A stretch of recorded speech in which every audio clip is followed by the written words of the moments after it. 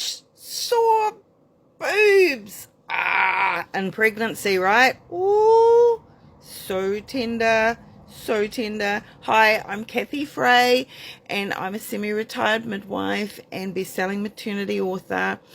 And I help women have a really deep understanding about their whole pregnancy, birth, postpartum journey. And I guess my specialization is that particularly is birth prep and integrative maternity healthcare. But going to approach the topic today about this hair sticking up.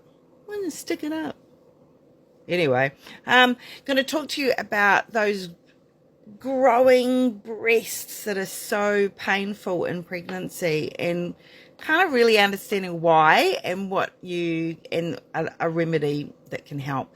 So look, we all know that sore breasts are par for the course in early pregnancy, but the discomfort can sort of go through coming and going in bouts throughout the whole pregnancy, and then well into the postpartum, because after the baby's born, there's a whole new set of breast things to be dealing with. But if we talk just about the pregnancy side of it, so I thought I would read you a little snippet out of my book, Oh Baby, Birth Babies, Motherhood and Uncensored. And this book, it's quite thick. It's a book that's written for the woman who's heavily pregnant, and she's about to go and have her baby soon, and it takes her through that first year of having a baby. And that's actually been my country's best-selling birth, baby and motherhood book since 2005. It's kind of got a reputation as being a little bit of the Bible of what everyone needs. And I've met lots of women who have done things like buy a dozen copies over the years, because every time they know another girlfriend's become pregnant, they've bought them a copy of Oh Baby. So it's a bit of an institution here, and so I just thought I'd read you a little snippet from it. It does talk about serious stuff, but this is a little bit more jokey.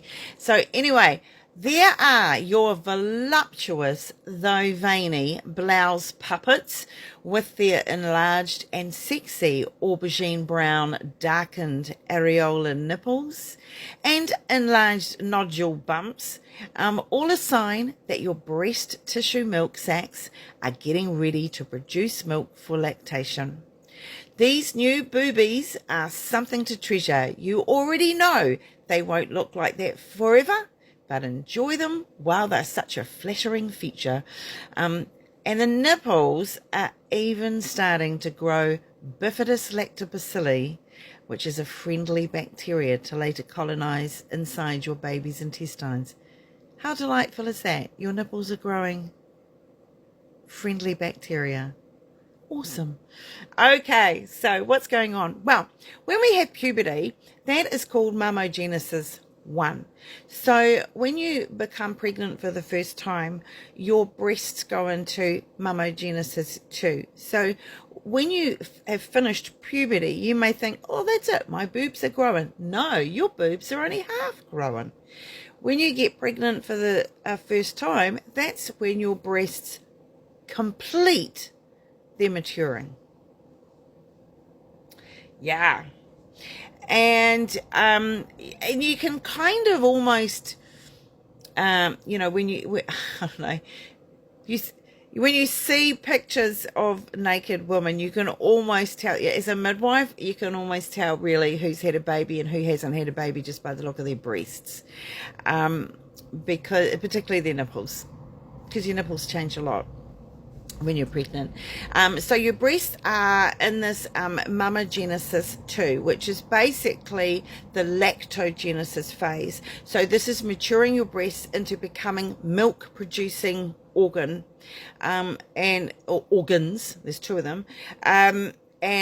So what's happening is that the milk ducts increase in number for you to be able to, for your breast to be able to transport the milk from the alveoli to your nipples. And the alveoli are the alveoli are these sort of clustered lumps covered in fat that are lined with milk secreting cells. Okay, but also at the same time, this whole area around your nipple, the areola, it enlarges, it becomes darker, and it's got these small bumpy oil producing nodules called Montgomery's tubercles. How's that for a name, right? Montgomery's tubercles. So clearly it was Dr. Montgomery that gave them a name. And so those little bumpy lumps are on the areola.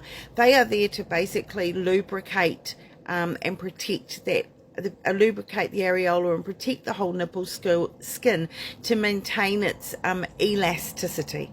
Okay, it's the ability for a baby to suck and kind of yank on it, and it's not tearing or ripping or cracking. And those bumps also enable the baby to have a good latch on, because without it, the baby's lips would just slide off a smooth nipple, right? But it's important to know that those nodules have a wonderful purpose, because quite often women, trust me, will look at them and go, what are those bumps? Ooh, what's going on with what's that?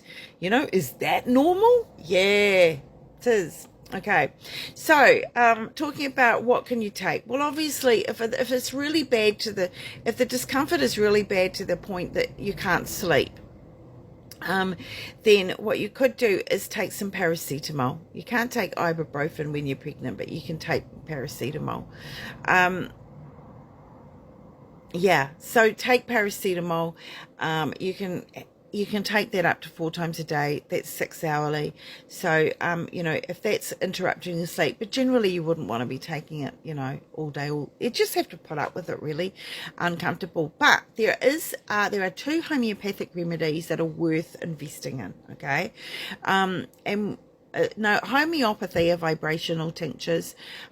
So they work on the basis, they're quite inexpensive, and you can get hold of them from anywhere that sells homeopathic remedies, basically, particularly manufacturing ones. You can always check in with a homeopath, a local homeopath, and ask them where do they buy their tinctures from. And the 2 that you want to get is Conium Mac and Bryonia. Now, Conium Mac is spelled Conium and new word MAC, and then Bryonia is Bryonia, and I would suggest combining the 2.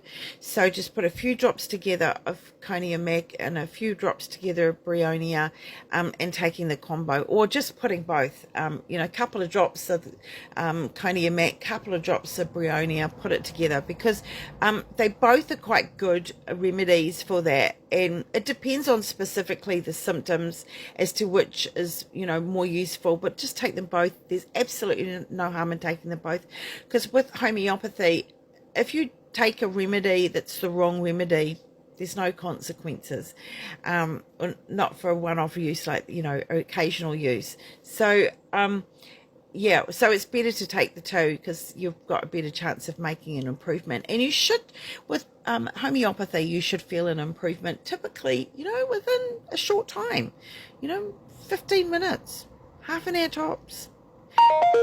And you could be taking it 2, 3, 4, 5, 6 times a day.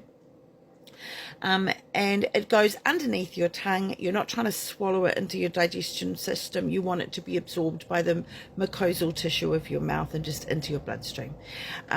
So hopefully that helps, and it's reassured. And you are able to produce milk usually from about 16 weeks pregnant. Okay, bye everybody.